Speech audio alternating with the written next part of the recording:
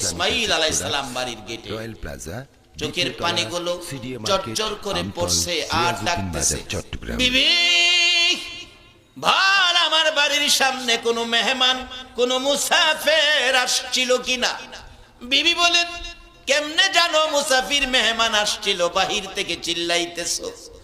ইসমাইল আলাইহিস সালাম ডাকে, বিবি গো, আমি বাড়ির গেটে আসার পর কেন জানি আমার নাকের মধ্যে আমার বাবা ইব্রাহিমের গন্ধ লাগতেছে।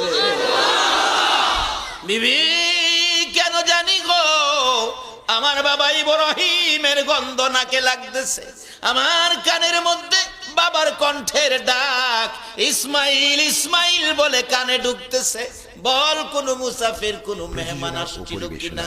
বিবি ঘরের ভিতর থেকে জবাব দেয়, স্বামী গো, বহু দূর থেকে একজন মুসাফির বুড়া মানুষ আসছিল। আয়েশা, কত বড় দুঃসাহস!